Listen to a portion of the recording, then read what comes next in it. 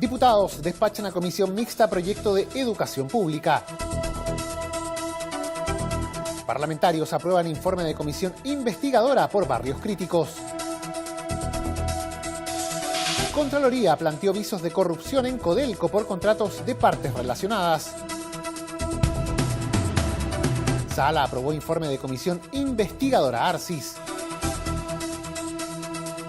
A Sala, proyecto que reconoce legalmente a pueblo tribal afrodescendiente chileno.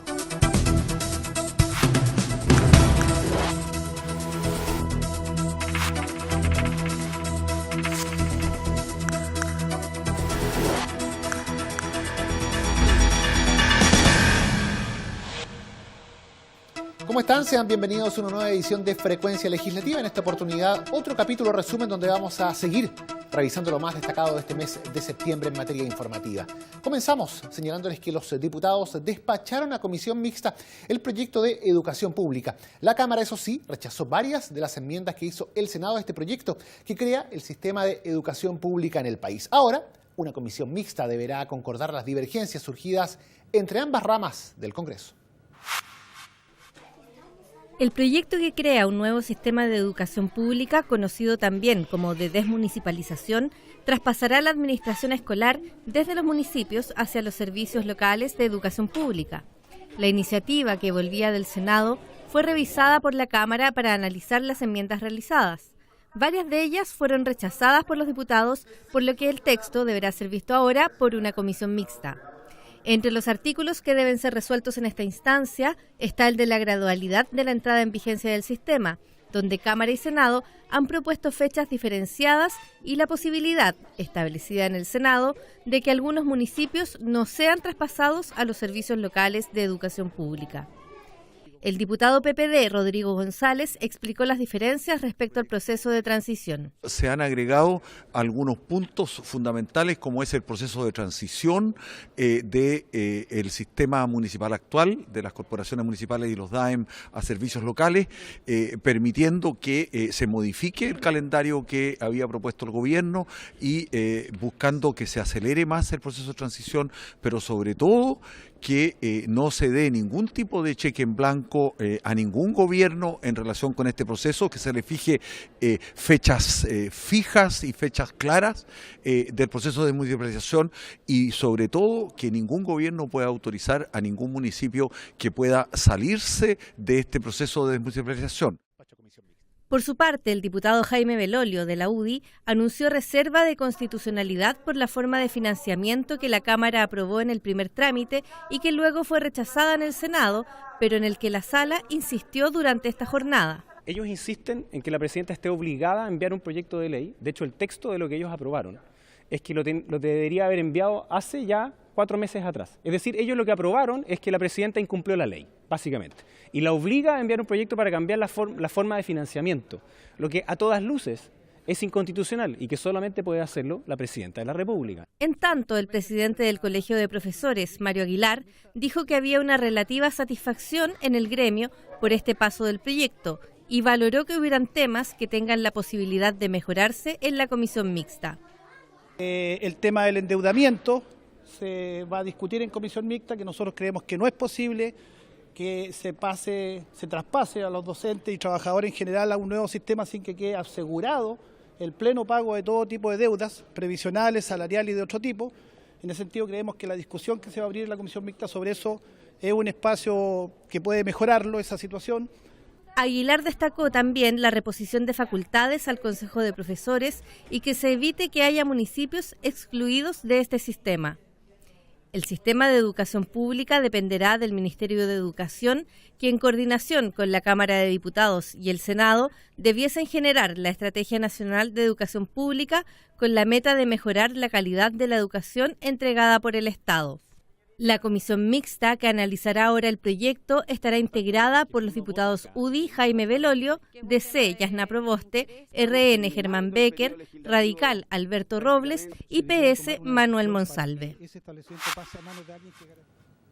Y la sala de la Cámara aprobó por 58 votos las conclusiones y propuestas de la comisión investigadora que analizó las intervenciones policiales y sociales en los barrios críticos entre el 2001 y el 2015. Durante su trabajo y para conocer la realidad de sus habitantes, el grupo parlamentario tuvo la oportunidad de sesionar en los barrios capitalinos de La Legua, Emergencia y Bajos de Mena.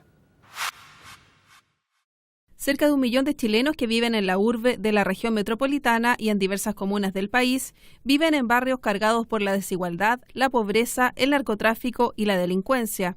Esa realidad donde muchas veces son estigmatizados y discriminados fue el objeto de la comisión investigadora que indagó las intervenciones policiales y sociales en barrios críticos entre 2001 y 2015.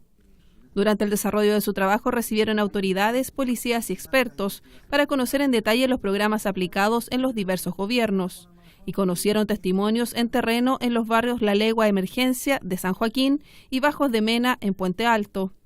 La comisión constató la gran estigmatización que se vive en barrios de alta complejidad, ya sea por la violencia del crimen organizado o por cómo se replica esta realidad en los medios de comunicación.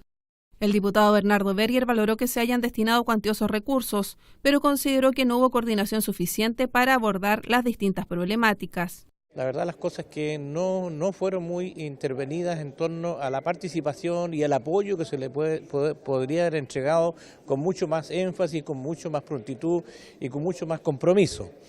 Sin embargo, también en ese periodo de que se hizo el análisis hay que reconocer que se hizo un gasto bastante importante, sobre todo en equipamiento, en infraestructura, en mejoramiento de los espacios públicos, que también, ¿verdad?, era uno de los tópicos que se estaba considerando.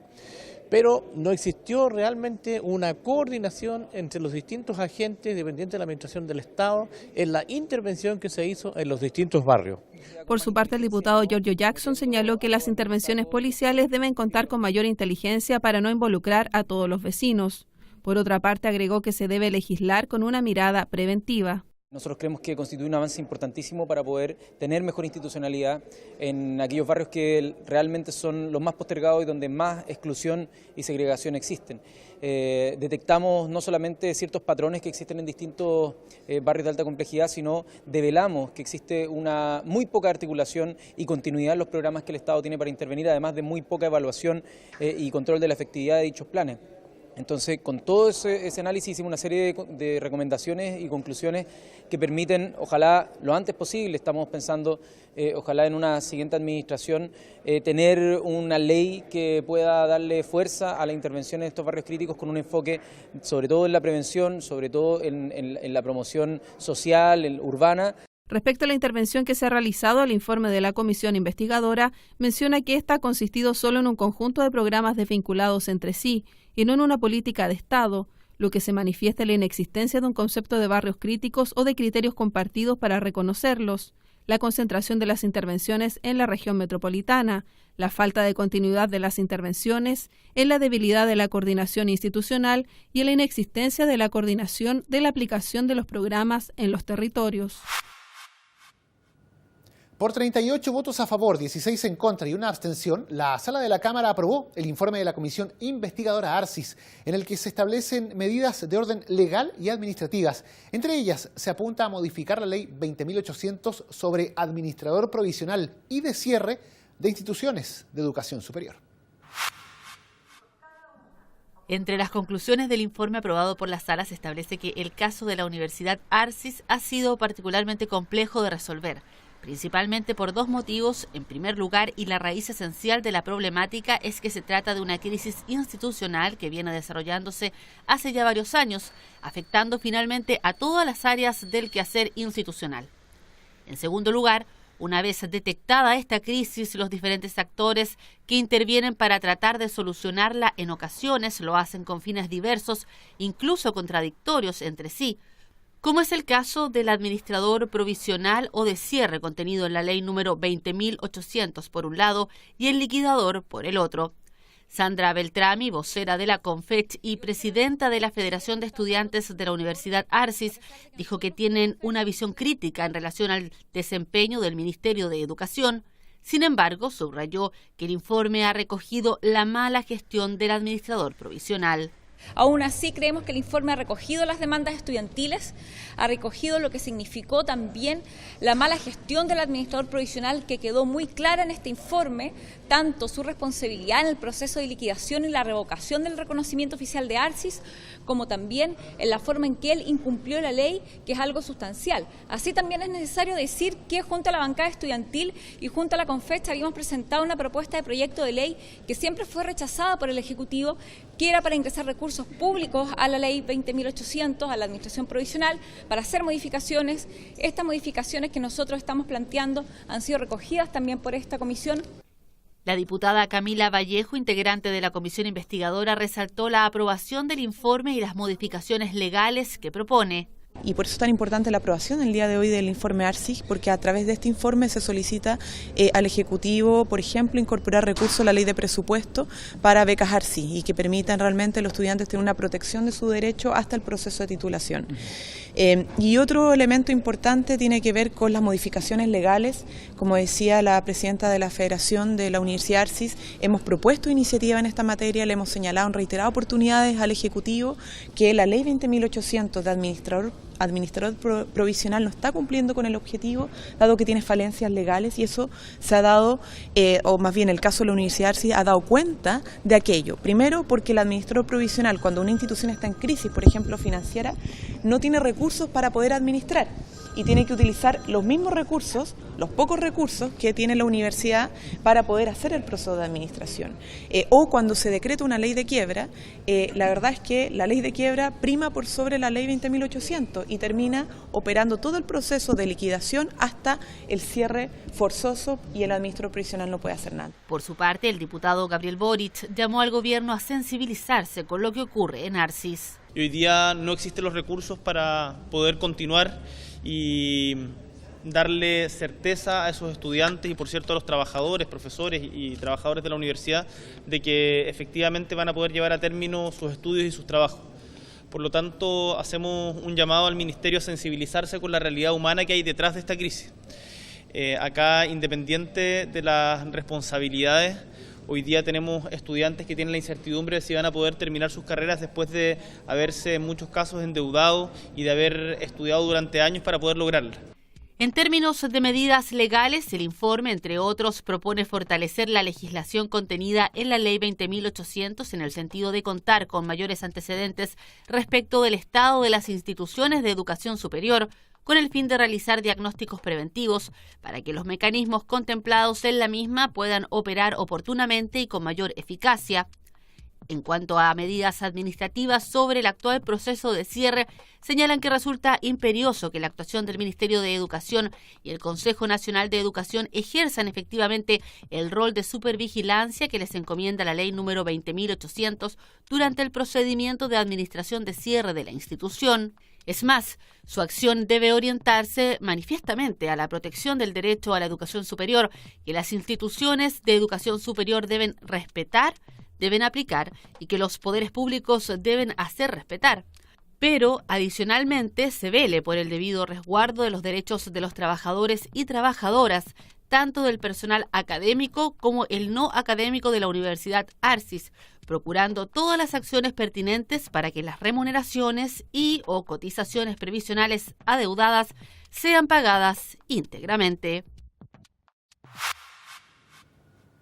Y seguimos revisando las informaciones en esta edición resumen de Frecuencia Legislativa. Les contamos que la Contraloría planteó visos de corrupción en Codelco por los contratos de partes relacionadas.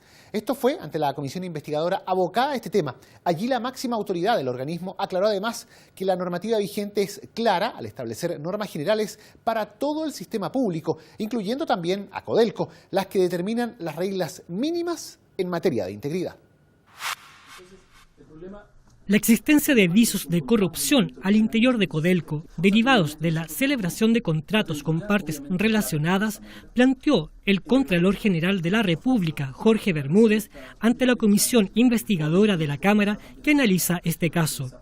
La máxima autoridad del ente fiscalizador aclaró que cuando se privilegia los contratos con familiares por sobre el mérito o condiciones objetivas, se puede entender que se está frente a una situación de corrupción.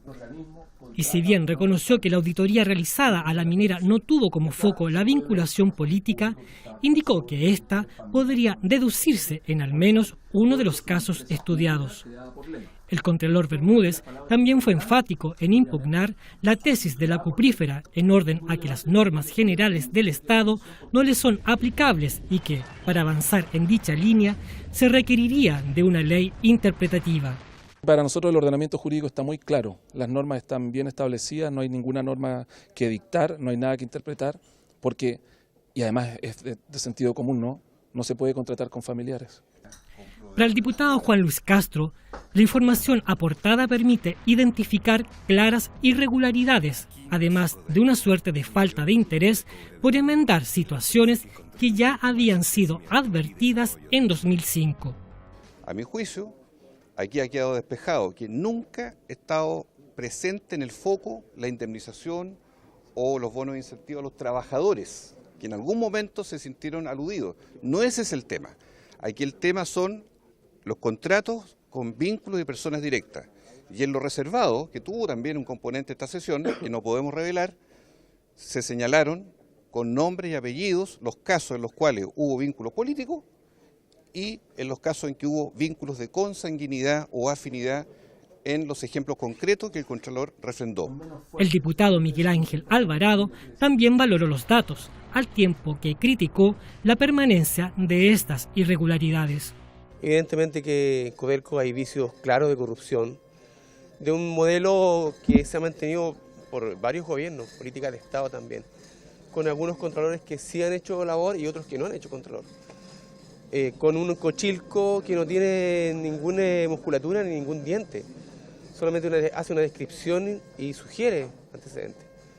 Lo que está pasando acá es grave, da cuenta también de un modelo, yo diría país, que también que se encuentran ante situaciones que son mucho más frecuentes de lo que uno quisiera para su país. En la oposición, la crítica se dirigió al Ejecutivo y, como refrendó el diputado Isacort, la pasividad con la cual ha actuado en la materia. Hago un llamado desde la oposición a que el gobierno se tome esto con la seriedad que corresponde. Aquí estamos estudiando situaciones de corrupción en la principal cuprífera del mundo. Y es una situación que no lo plantea un dato de un hijo vecino, lo plantea el Contralor General de la República. Y hemos tenido el silencio y la pasividad del gobierno. Creo que el gobierno está esperando un choque de trenes en los tribunales entre Codelco y la Contraloría. Acá tenemos que decirle a la gente si queremos una Contraloría fuerte y que tenga la capacidad de fiscalizar o queremos un Codelco que tenga vicios y dudas de corrupción. Cabe mencionar que el informe de la Contraloría acusó principalmente 3 situaciones.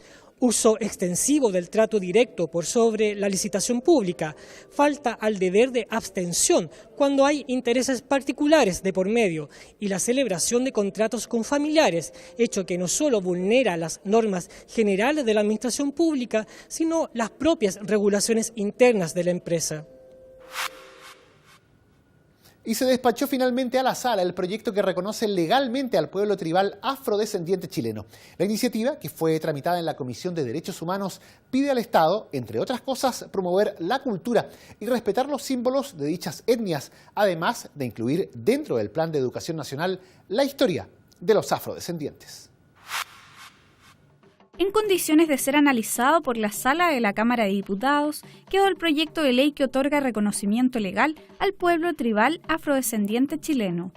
La propuesta legal, que fue despachada por la Comisión de Derechos Humanos, nace en la región de Arica y Parinacota con el propósito de solicitar que el Estado promueva la cultura y respete los símbolos de dichos pueblos, además de que incluya dentro del Plan de Educación Nacional la historia de los afros.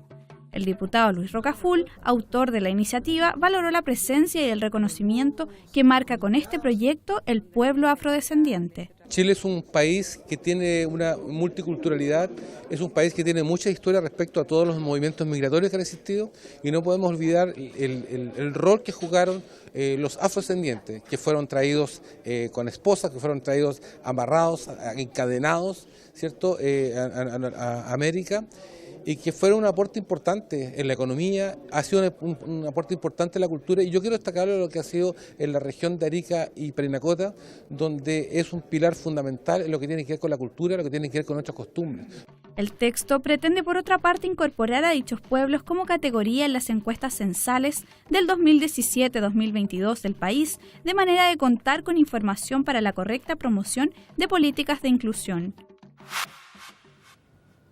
Y con esta información nosotros llegamos al final de la presente edición de Frecuencia Legislativa, este nuevo capítulo resumen donde hemos repasado parte de lo más destacado del mes de septiembre acá en la Cámara. El detalle de estas y otras informaciones los puede revisar a través de nuestra multiplataforma, accediendo por intermedio del www.cámara.cl para revisar los distintos formatos tanto en web como en radio y televisión. Nosotros les invitamos a que sigan en sintonía de Cámara de Diputados Televisión y nos reencontramos en una próxima entrega de noticias.